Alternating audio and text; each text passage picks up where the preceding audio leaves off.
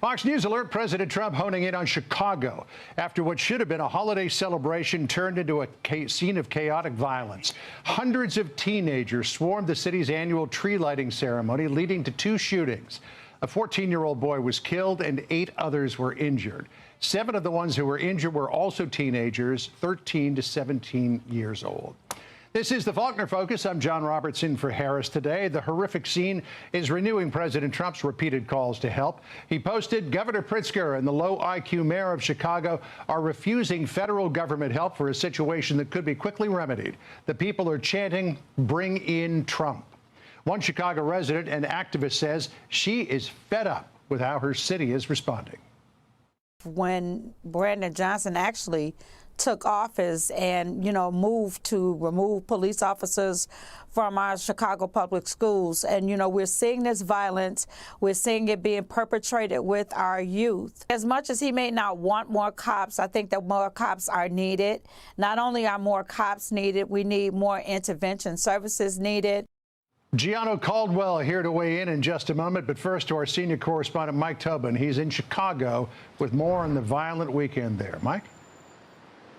Hey, John, it was a big weekend to kick off the holidays here in Chicago, and they couldn't get through it without more shocking violence. Bloodshed at the tree lighting ceremony. That 14-year-old you mentioned, his name was Armani Floyd. He was killed. The coroner ruled his death was caused by multiple gunshot wounds. He was shot near the Dirksen Federal Building, where we cover so many of those trials, and that shooting was the second of 2 shootings that evening. About an hour earlier, right on State Street, about 10 p.m. in front of the historic Chicago Theater, gunfire broke out. 7 people were shot. Their ages ranged from 13 to 17.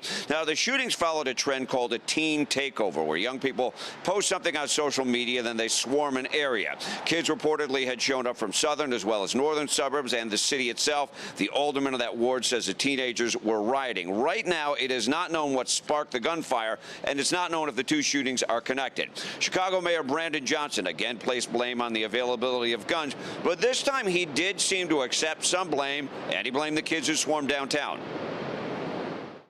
Our young people have to understand that they should not attend these unauthorized events that have been advertised on social media. No suspects are in custody. A Chicago police officer was injured. We're waiting on an update of his condition. And CPD official numbers for the weekend are out. 28 people were shot. 4 people were killed by gunfire. 1 person died from a stabbing. John, back to you. Mike Tobin for us in Chicago. Mike, thank you. Now to Gianno Caldwell, Fox News political analyst. Gianno, you wrote a book about this past summer, the day my brother was murdered, about your dear brother Christian, who was killed in a drive-by shooting in June of 2022.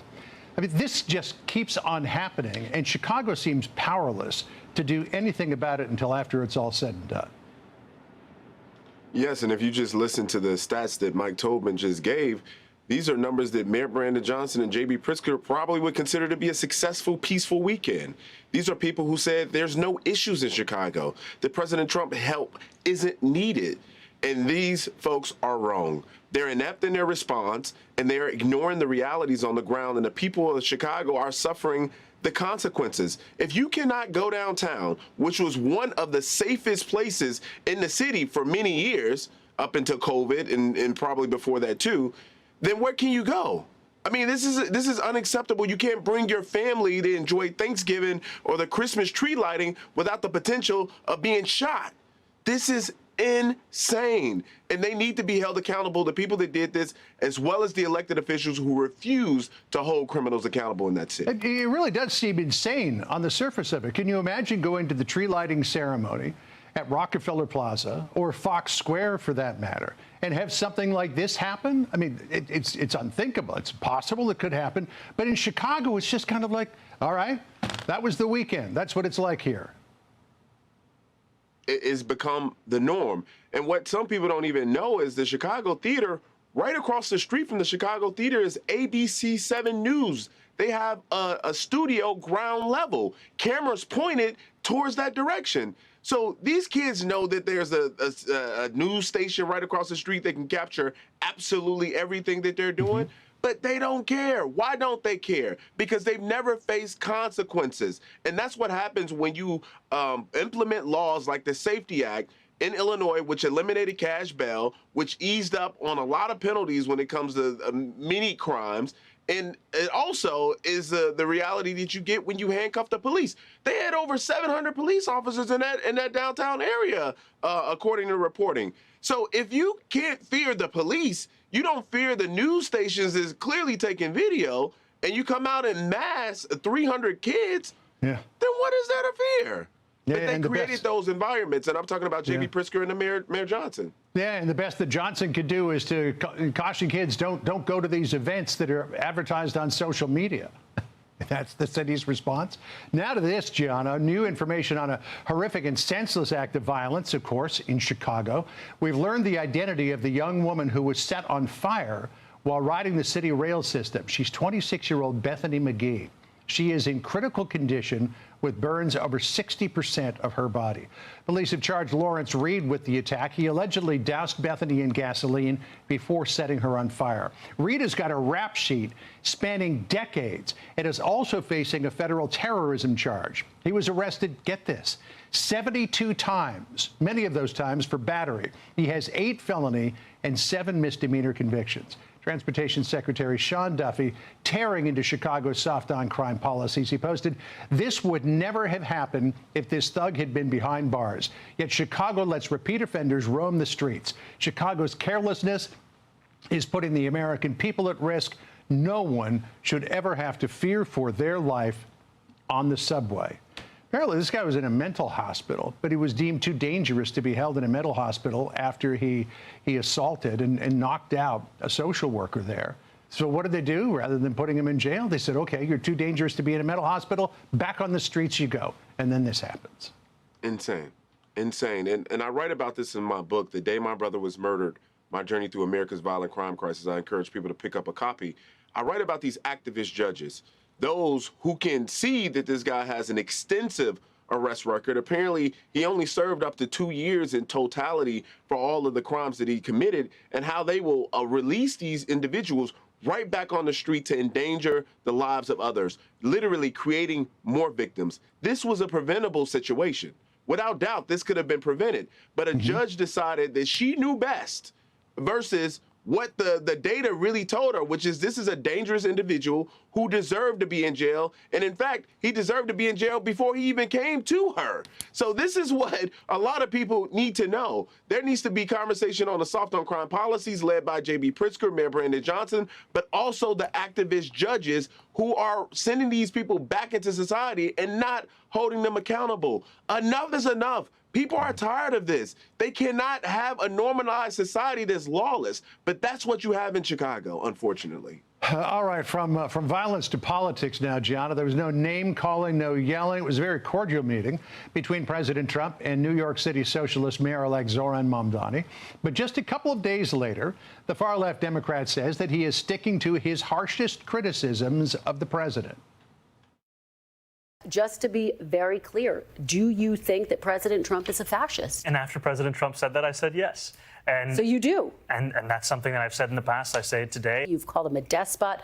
Do you still believe President Trump is a threat to the democracy? Everything that I've said in the past, I continue to believe. Well, he didn't quite say yes in the Oval Office. Despite those comments, Mamdani sounds optimistic about the future. Listen to this, Gianna. I'm feeling good coming out of that meeting. I thought it was a productive meeting, and I appreciated that in that meeting it went back to cost of living, cost of living, cost of living. We spoke about things that all of us have been paying attention to for quite some time. I'm confident that we're establishing a productive relationship, one that was based on that meeting and one that I continue to hope to have.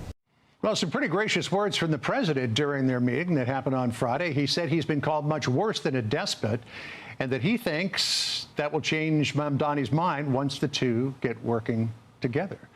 I don't know, socialism, capitalism, the two things don't tend to coexist very comfortably.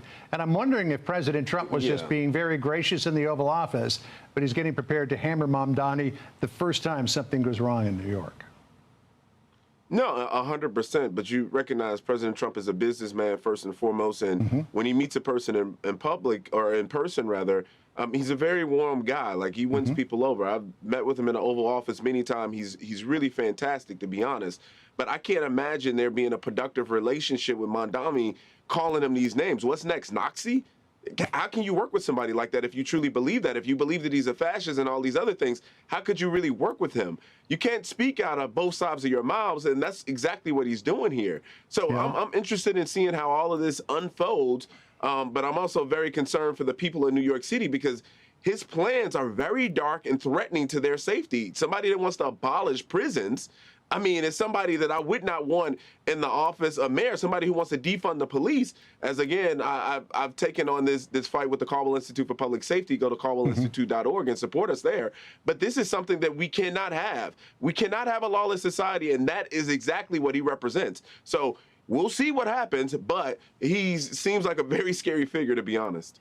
You know, it's interesting that, you know, socialism seemed to be, you know, almost like a snowball running downhill in New York City because not long after Mamdani was elected mayor, Chi Osei, who is a city councilor, decided that he was going to primary Hakeem Jeffries. He's still going to primary Hakeem Jeffries, but people like Mamdani and Alexandria Ocasio-Cortez are saying, no, he shouldn't be doing it. So there does appear to be some limitations here. They don't want to get too far ahead of themselves. And I guess when you take aim at leadership, that's when it really gets real. It does get real, and they're going to find out very quickly how real it can get because Hakeem Jeffries, although he is the minority leader in the House, he still has a lot of power and influence as to what kind of resources that can come into New York City. This other individual, a city council member, I believe, he doesn't really have much of any power to do anything. So I think they're better off not biting the hand that could potentially feed them. All right, well, we'll see. He says he's still going to run against Hakeem Jeffries, and who knows what will happen by that time. And probably lose. Well, we'll see. You never know. Gianno, good to talk to you. Yeah, you never know, especially with this left. Exactly. Very good. Thank you for having me.